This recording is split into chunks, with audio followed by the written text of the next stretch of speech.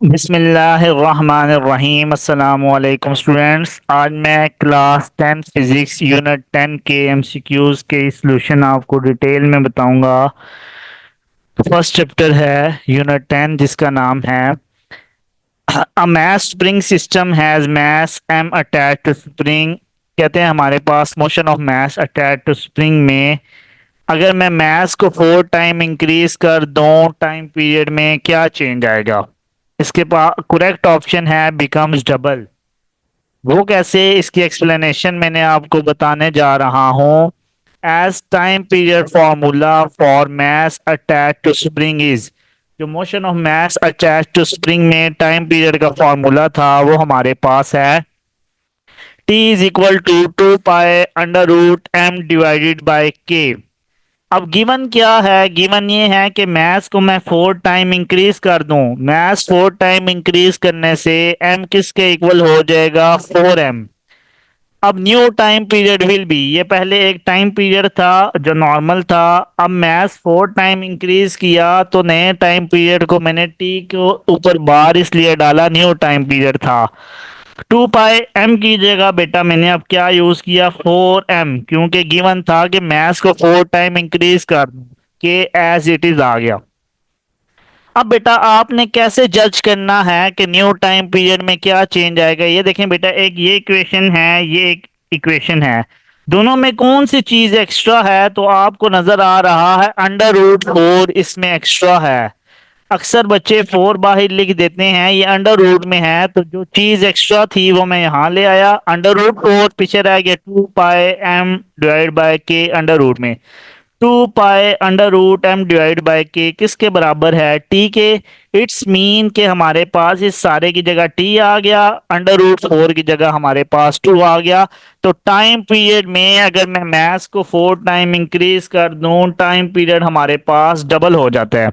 Paper में वो आपको दे सकते हैं कि मैथ्स को मैं 9 टाइम इंक्रीज कर दूं तो m की जगह 9 आ जाएगा, यहाँ भी 9 आ जाएगा, अंडर रूट 9 हमारे पास टाइम पीरियड ट्रिपल हो जाएगा। तो होप सो आपको फर्स्ट न्यूमेरिकल डिटेल में समझ आ गया होगा। अच्छा बेटा, सेकंड एमसीक्यूज है जो कि न्यूमेरिकल बेस है। अ spring is stretch 5 centimetre bye a 20 Newton force. मेरे पास एक फोर्स मैंने एक स्प्रिंग पे लगाई और स्प्रिंग स्ट्रेच हुआ 5 सेंटीमीटर। मींस कि स्प्रिंग पहले हमारे पास, लेट्स सपोज मैं कहता हूँ उसका जो लेंथ थी सेंटीमीटर थी, जब मैंने उसे स्ट्रेच किया तो वो 5 सेंटीमीटर हमारे पास उसने डिस्प्लेसमेंट कवर किया। What is it's spring constant, तो आपने बताना है स्प्रिंग कांस्टेंट क्या है। तो हमारे पास इसका करेक्ट ऑप्शन है 400 न्यूटन पर मीटर। वो हमारे पास कैसे आया, एक्सप्लेनेशन में मैं आपको बता देता हूँ। गिवन था कि मैंने स्प्रिंग को स्ट्रेच किया, स्प्रिंग ने डिस्प्लेसमेंट कितना कवर किया उसे मैंने एक्स से डिनोट किया, 5 सेंटीमीटर। सेंटीमीटर एक स्टैंडर्ड यूनिट नहीं है, तो we have to convert centimetre into metre.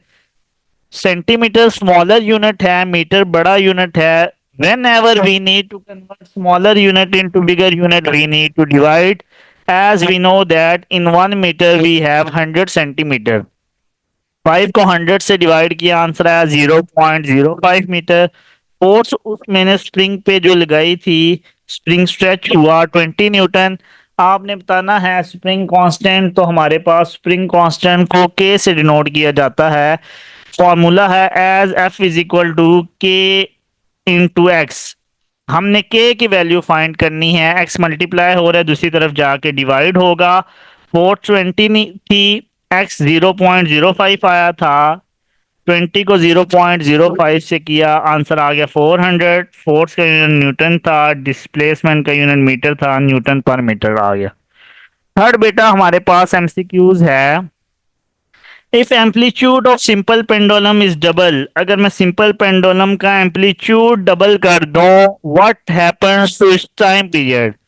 तो याद रखिएगा सिंपल पेंडुलम में टाइम पीरियड डिपेंड करता है लेंथ पे और जी की वैल्यू पे, क्योंकि उसका formula 2 pi under root l divide by g. जबकि वो एम्पलीट्यूड पे डिपेंड ही नहीं कर रहा तो इसलिए मैंने लिखा रिमेन सेम। आपको इसका भी सोल्यूशन बता देता हूँ। As time period formula for simple pendulum is T is equal to 2 pi under root l by g. तो मैंने लिखा time period does not depend on amplitude, time period amplitude पे डिपेंड नहीं करता, तो इसका करेक्ट ऑप्शन हमारे पास है रिमेन सेम। फोर्थ एमसीक्यूज है time period of simple pendulum will be smallest at मरी मोन पोल्स इक्वेटर। उसका करेक्ट ऑप्शन सी है पोल्स। हमारे पास कैसे पेपर में पूछा जा सकता है where the time period is smaller या why the time period is smaller at poles. तो मैं आपको डिटेल में बताता हूं बेटा, ये देखें। S T is equal to 2 pi under root L divide by G. T और जी का रिलेशन देखें तो टाइम पीरियड ज्यादा होगा, जी की वैल्यू कम होगी। इनवर्स रिलेशन है। इनवर्स का मतलब ये होता है एक चीज की क्वांटिटी इंक्रीज हो दूसरी डिक्रीज होती है। अगर लेट्स सपोज जी की वैल्यू हमारे पास ज्यादा होगी, टाइम पीरियड कम होगा। मैंने लिखा as time period and g are inversely proportional to each other. अब मैंने ये एक अर्थ आपको पता है हमारी एलिप्टिकल शेप में है और ये अर्थ का सेंटर है। ये हमारे पास सेंटर से यहाँ तक जो हमारे पास डिस्टेंस है इसको कहते हैं पोल। इसी तरह सेंटर से नीचे तक के डिस्टेंस को कहते हैं पोल। सेंटर से हमारे पास यहाँ तक के डिस्टेंस को इक्वेटर कहते हैं। जैसा कि आपको फिगर में नजर आ रहा है, यहाँ से लेके यहाँ तक का डिस्टेंस क्या है, ज्यादा है। It's mean radius of equator is greater than radius of pole. अब आपने नाइन्थ में पढ़ा है जी का इनवर्सली प्रोपोर्शनल है square of distance. G is inversely proportional to R square. Means distance ज्यादा होगा, जी की वैल्यू कम होगी। इनवर्स रिलेशन अभी बताया।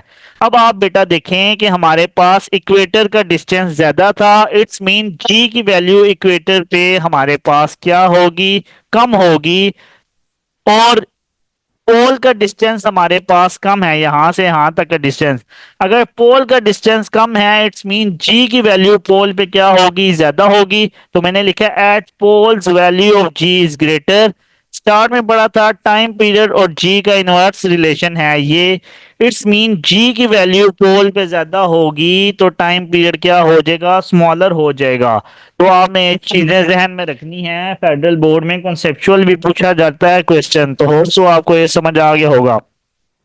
If value of g is greater than pole, then time period of simple pendulum will be smallest at pole। अगर value of g पोल पे ज्यादा है, टाइम पीरियड और g का इनवर्स रिलेशन है, तो टाइम पीरियड कहाँ पे कम होगा, पोल पे हमारे पास क्या हो जाएगा, कम हो जाएगा। नेक्स्ट एमसीक्यूज है बेटा, फिफ्थ एमसीक्यूज हमारे पास जो है, पढ़ते हैं आपकी बुक में से। If a body performing SHM simple harmonic motion completes one vibration in 2 second, कहते हैं अगर कोई बॉडी SHM परफॉर्म कर रही है और एक वाइब्रेशन कंप्लीट करने में वो 2 सेकेंड ले रही है, it's frequency of vibration is, उसकी फ्रीक्वेंसी क्या होगी। तो आपको पता है टी टाइम पीरियड 2 सेकेंड है। फिफ्थ एमसीक्यू के सोल्यूशन की तरफ आते हैं जी। और फ्रीक्वेंसी और टाइम पीरियड का इनवर्स रिलेशन है 1/2, तो आ गया 0.5 फ्रीक्वेंसी का यूनिट हर्ट्ज। अगर आप दूसरे मेथड से करते हैं, फ्रीक्वेंसी का एक और फॉर्मूला भी आपकी बुक में है, नंबर ऑफ ऑसिलेशंस पर टाइम। तो नंबर ऑफ ऑसिलेशंस उसने कहा 1 वाइब्रेशन कंप्लीट कर रहा है और टाइम कितना है 2 सेकेंड।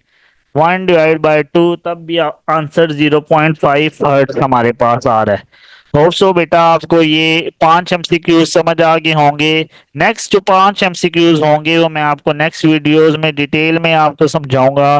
तो इनशाला फिर नेक्स्ट वीडियो में आपसे मिलेंगे। अगर आपको कोई इश्यू हुआ तो आप कमेंट बॉक्स में मेंशन कर सकते हैं। Thank you so much. Allah Hafiz.